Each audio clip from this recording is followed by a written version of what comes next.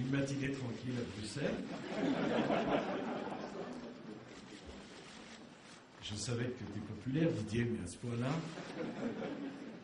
Monsieur le vice-premier ministre, messieurs les ministres, messieurs les ambassadeurs, et si vous me le permettez, mon cher Didier, c'est par une confidence toute simple que j'aimerais commencer mon propos, en vous disant que je suis simplement heureux d'être aujourd'hui aux côtés de Didier, à vos côtés, ici à Bruxelles.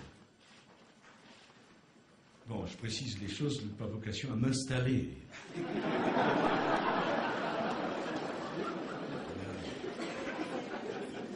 Je suis juste de passage, profitant de l'invitation d'un ami, et je précise que je repartirai ce soir. Mais je suis sensible au soleil que vous m'avez réservé.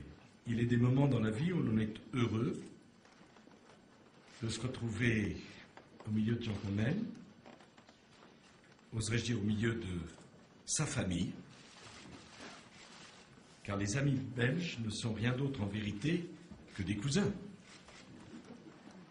Des cousins de cœur, mais des cousins selon l'histoire. Nous partageons la même langue, nous avons partagé la même histoire, et depuis la signature du traité de Rome, nous partageons, Français et Belges, le même avenir et la même communauté de destin. Alors je sais bien que la Belgique faisait partie intégrante de la Gaule. Il y a 2000 ans. Et il y a 2 siècles, cette Wallonie dont tu es originaire fut même un temps française. Il s'en est d'ailleurs fallu peu, nous le savons, pour qu'elle le restât. Et en venant ici, je me disais que si la politique étrangère du roi Louis-Philippe avait été différente, nous aurions pu, mon cher Didier, être membres d'un même gouvernement. Aïe, aïe, aïe.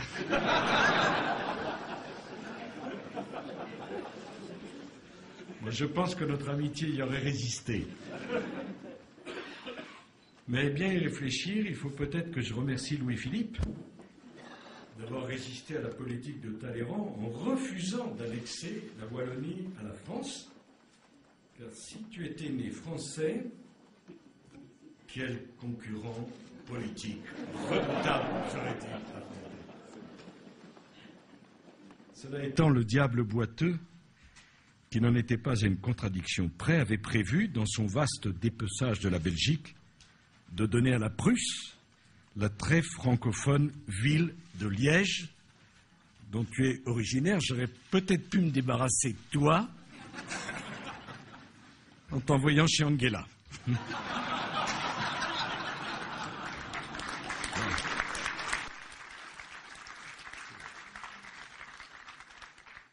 Évidemment, c'est ça d'avoir des relations. Mais enfin, on ne réécrit pas l'histoire, sauf à avoir l'imagination du président Giscard d'Estaing. Le royaume de Belgique, c'est un compliment. Le royaume de Belgique est donc né de cette histoire tumultueuse des nationalités qui a dessiné l'Europe du XIXe siècle. Nous formons donc 2 pays différents. Et je le précise dans le cas où l'on se méprendrait sur mon propos, car je vois déjà quelques sourcils diplomatiques qui se froncent, 2 pays parfaitement indépendants. Oui, il faut vous dire, j'ai gardé un reste d'expérience politique qui fait que je ne vais quand même pas trop loin. Didier, nous avons donc servi 2 pays différents, toi la Belgique et moi la France. Mais cela ne nous a pas empêchés d'œuvrer ensemble pour le bien commun de nos 2 pays. Je suis venu dire ici combien j'admire la personne et l'action de Didier, que j'ai connu bien avant d'être ministre, mais avec qui j'ai tant partagé lorsqu'il était ministre des Finances. Car Didier Reynders n'a pas seulement rendu de grands services à la Belgique, Il a rendu de grands services à l'Europe. J'y reviendrai. Mais je m'en voudrais de parler de toi, Didier, sans parler de Liège. Ce n'est pas rien d'être comme l'empereur Charlemagne né à Liège. Je suis souvent demandé d'où venait son ambition. C'est ça, Charlemagne.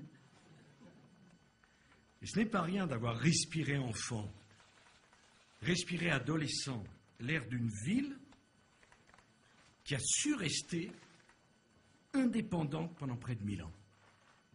Moi, je pense qu'il y a une mémoire collective qui influe sur les destinées individuelles. Que ça compte là où on est né, que ça façonne une identité sans même que l'on s'en rende soi-même compte. Ce n'est pas indifférent d'être un enfant de Liège, quand on connaît l'histoire de cette ville. C'est Michel de l'Hôpital, un ancien ministre des Finances. Les habitants de Liège ont toujours relevé la tête. Ce n'est pas un hasard où on vit. On n'est pas simplement le produit de sa famille. On a aussi une identité qui va plus loin que sa seule famille. On respire un air. On est baigné par des histoires, par une tradition. Liège a toujours résisté. Liège a toujours combattu pour sa liberté. Et Liège a toujours défendu son identité. Toutes les villes d'Europe n'ont pas la même histoire. C'est une ville ravagée par la guerre, dont les habitants sont connus pour leur flegme face à l'adversité. Et j'aime ce joli dicton wallon. Faites comme à Liège, laissez pleuvoir.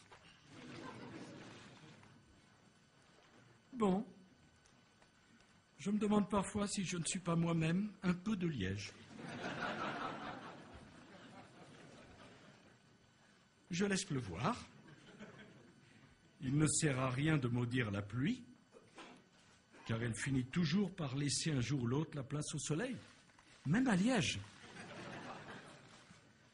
Et c'est donc à l'université de Liège où tu as fait ton droit, tes humanités, où tu rencontres ta femme Bernadette et que tu découvres la politique.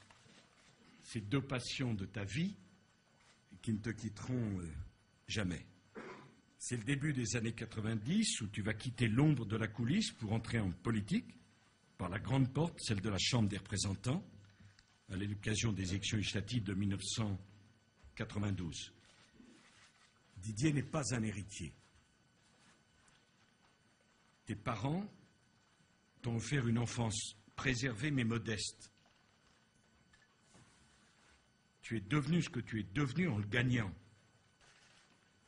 Tu appartiens à la catégorie rare de ceux qui n'ont jamais demandé d'être nommés, car ils savaient qu'ils pouvaient être élus. Et en 1999, tu deviens ministre des Finances. Je veux dire mon admiration à nos amis belges. Vous avez eu pendant 12 ans le même ministre des Finances. En France, nous sommes si fiers de la stabilité de nos institutions. Dans la même période, nous avons été 10. 10 contre 1. À lui-même, à lui seul, il porte 10 carrières politiques. Je dis nous parce que j'ai exercé ces fonctions. Et c'est très important que la Belgique, comme tout pays, a connu tant de difficultés, ait pu, dans cette période, garder une stabilité et qui a permis ton bilan impressionnant. Je me souviens, lorsque je suis arrivé dans les dîners de l'Ecofin, enfin dîner, n'exagérons pas, les plateaux repas de l'Ecofin, j'ai tout de suite repéré celui qui savait tout et qui était tellement sympathique. Ça a été une fameuse bagarre pour qu'on soit assis l'un à côté de l'autre. Je préférais être assis à côté de toi. Parce qu'évidemment, avec une stabilité pareille, une expérience pareille, une connaissance des dossiers, tu as pu aider le jeune ministre des Finances que j'étais. Tu as hérité de fonctions difficiles, avec une administration qui était dans un état qu'on peut dire déplorable. C'était Courteline à l'époque de Steve Jobs.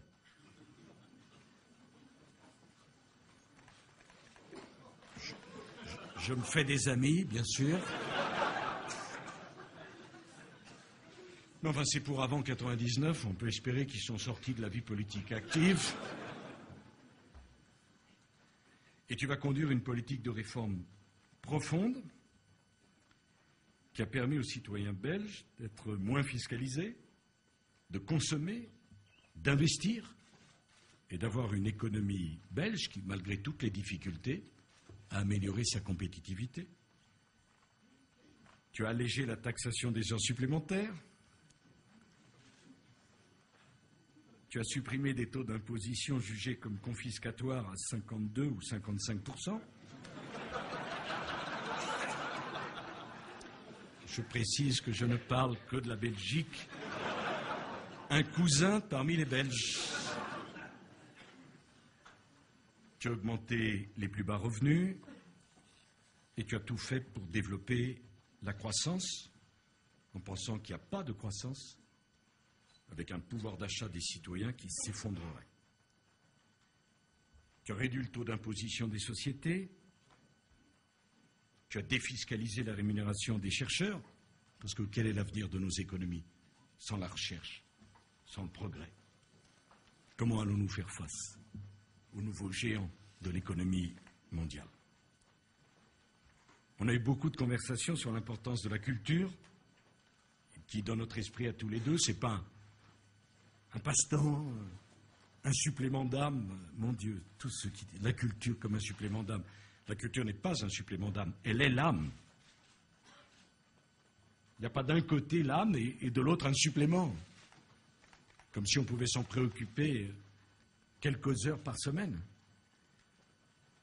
Et les Belges, en faisant le choix de la continuité,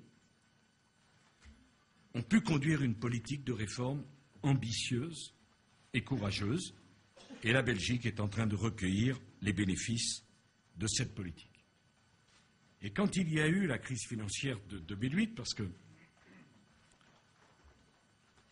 je croyais que la crise n'existait pas, maintenant je vois que tout le monde en est convaincu. Votre ministre a conduit une action qui a permis de sauver la Belgique et l'Europe. Je n'oublierai jamais ces jours, ces journées de 2008 où le monde a été près d'être emporté par le raz-de-marée de la crise financière partie des États-Unis. Souvenez-vous, quand la décision a été prise par nos amis américains de mettre en faillite Lehman Brothers, où le monde absolument stupéfait a compris qu'une institution de l'importance de Lehman Brothers pouvait faire faillite, disparaître, être rayée purement et simplement. Un vent de panique s'est emparé du monde entier.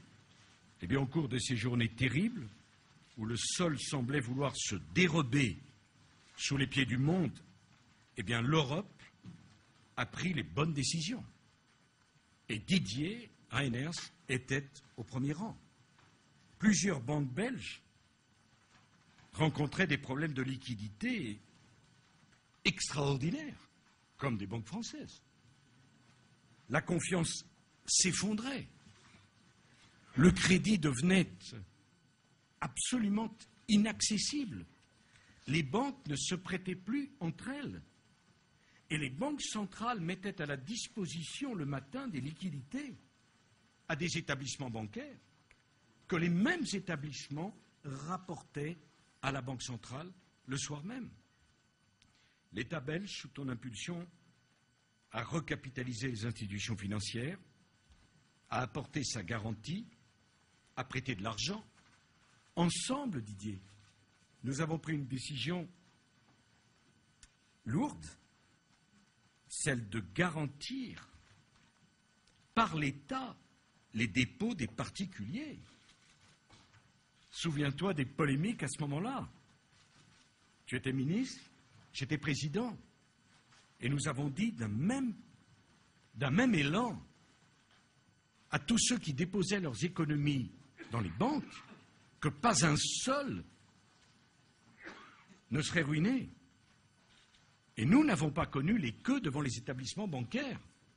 Et j'aimerais qu'on pense à ce qui a été fait à ce moment-là quand on parle de certaines initiatives aujourd'hui.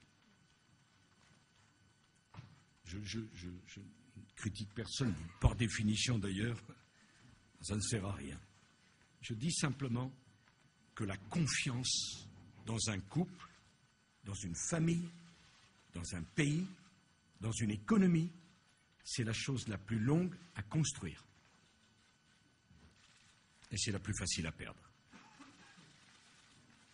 Soyons très attentifs à cela, et Didier Reynders a évité le pire à l'Europe et à la Belgique. Enfin, je veux dire qu'en plus de tout, Didier est un homme modeste. C'est un homme avec qui on a plaisir à se trouver. C'est un homme dont on s'honore d'être l'ami.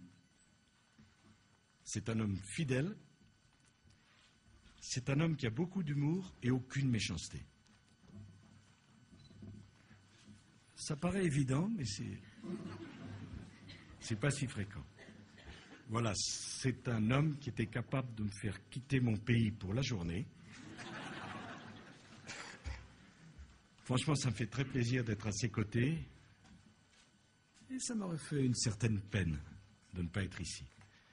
Prenez ces quelques mots comme une déclaration d'amitié à cette Belgique qui nous est si proche du cœur et dont nous avons tellement besoin. Je dis la Belgique. Naturellement, je n'ai pas à me mettre dans des débats et je respecte les pensées de chacun. Mais amis belges, ce que vous avez fait ensemble, continuez à le faire ensemble. Car quand on est ensemble, on est plus fort que quand on est divisé. Merci de votre attention.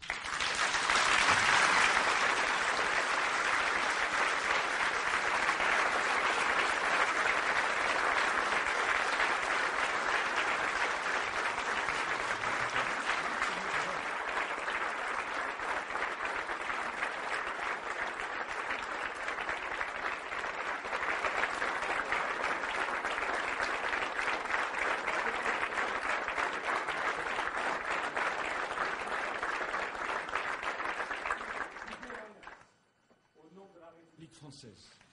Nous faisons commandeur dans l'ordre de la Légion d'honneur.